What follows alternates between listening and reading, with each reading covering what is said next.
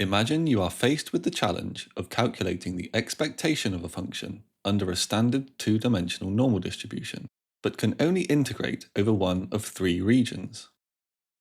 For the best approximation, would you pick the inner ring, the middle ring, or the outer ring? Remember that probability mass is the product of area and probability density. If your intuition points towards the middle ring, you would be correct. An expectation consists of three elements: the function to be averaged, the probability density of the random variable, and the region over which their product is summed. Let's see how density and area interact. If we estimate each ring's density at the midpoint between its inner and outer edges, we get 0.14, 0.05, and 0.007. Density decreases rapidly from the mode.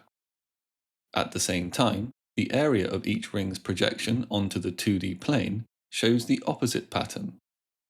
Area increases as we venture further into the tails. Multiplying density by area gives a rough estimate of the probability mass under each segment. This is striking because the region with the most probability mass does not contain the mode. Think of density and area as two competing teams in a tug-of-war. Area pulls probability mass towards the tails, while density pulls it towards the mode. Only regions with a good balance of area and density contain significant probability mass. This relationship becomes clearer with a more precise approximation. The graph on the left shows the radial density of each ring, and the graph in the middle its area. The product of these two equals the probability mass, which is plotted on the right. As the ring moves outward from the mode of the 2D normal, its density decreases, while its area increases. This reveals a concentrated peak of probability mass surrounding but not containing the mode. But we also need to consider the impact of the function we are averaging. This also appears in the integrand, so a high probability region may not always contribute the most to the expectation. Let's start with a function that calculates the length of the vector θ1, θ2. I have expanded the graphs from before. Both the density and area graphs remain the same, but now on the left I also plot the function. On the right, we no longer have probability mass.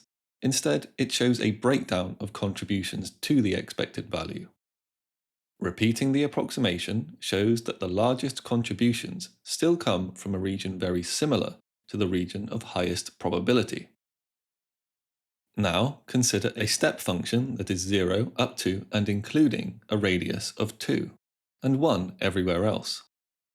When we recompute, the region of significant contributions shifts because the integrand is non-zero only when the radius exceeds 2. In this case, the outer ring gives the largest contributions and the better approximation, not the middle ring.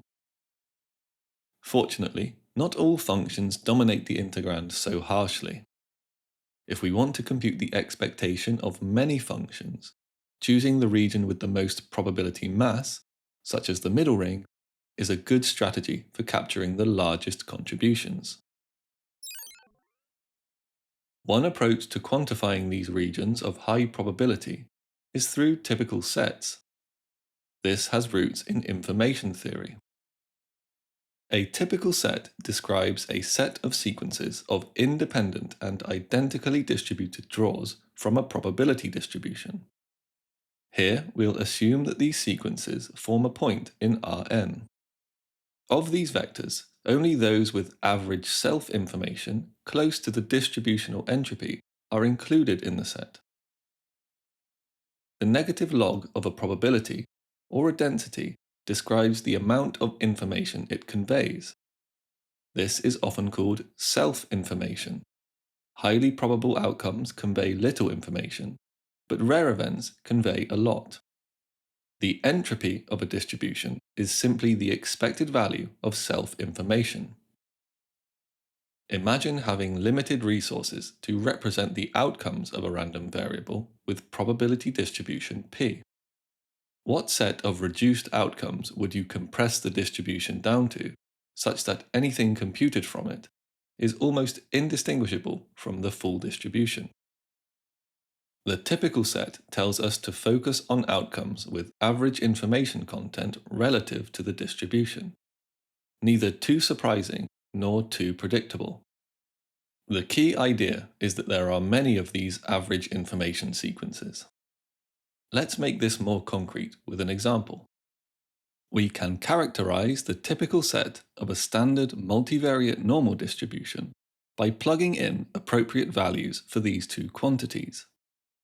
Self-information is the negative logarithm of the product of n standard normal densities. This is a constant term plus a term involving the squared Euclidean norm of the input vector.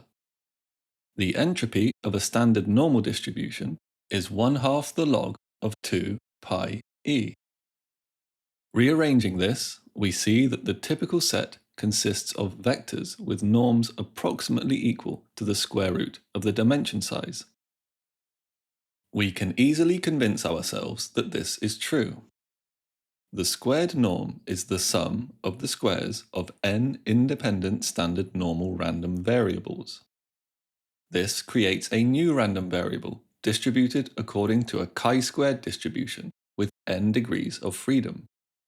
We can use the cumulative distribution function to calculate the probability mass within thin concentric rings and plot it as a function of radius for different dimension sizes. I calculate this for dimensions 1 to 6 and for dimension 100. Probability mass gathers around vectors with length equal to the square root of dimension. But something else interesting is also happening. The width of these high probability regions is constant despite aggregating over more and more sums of squares. This phenomenon, called the concentration of measure, is at the heart of why high-dimensional probability distributions are difficult to sample from. Here's a way to think about this. Let's represent the typical set of any n-dimensional normal distribution as a ring in a 2D plane. Each ring has a constant width and a radius equal to the square root of the dimension size. If we increase the dimension, starting from 1, we must continually expand the grid to keep track of the typical set. This is the key intuition behind concentration of measure. Relative to the scale of the distribution, here the radius, the high probability region shrinks. At this point, you might wonder why there is so much reliance on normal distributions and whether it is too restrictive.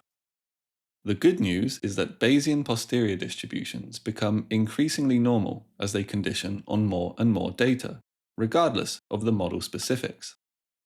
This means that through an understanding of normal distributions, we can hypothesize a few rules of thumb about where the probability lies in high-dimensional posteriors. Now, let's summarize the key ideas. In high dimensions, the volume is huge. It works against the draw of the probability density towards the mode, pulling probability mass away from it. Efficient samplers should avoid any mode-finding behavior and instead prioritize the high probability regions just outside it. These regions contain almost all the probability mass.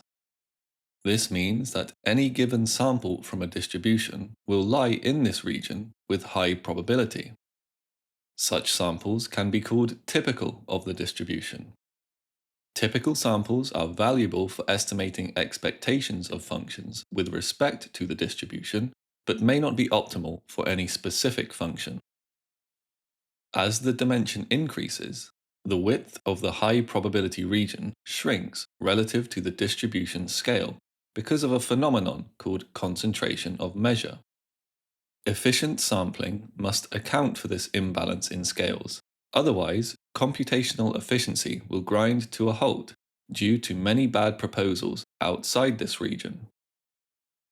Thanks for watching part 2. We now have a clearer picture of where probability mass actually lives in high dimensions. In the next video, we'll look more closely at the workings of foundational MCMC algorithms, such as the Metropolis sampler, and learn how they can run into trouble when trying to navigate the high probability regions introduced in this video.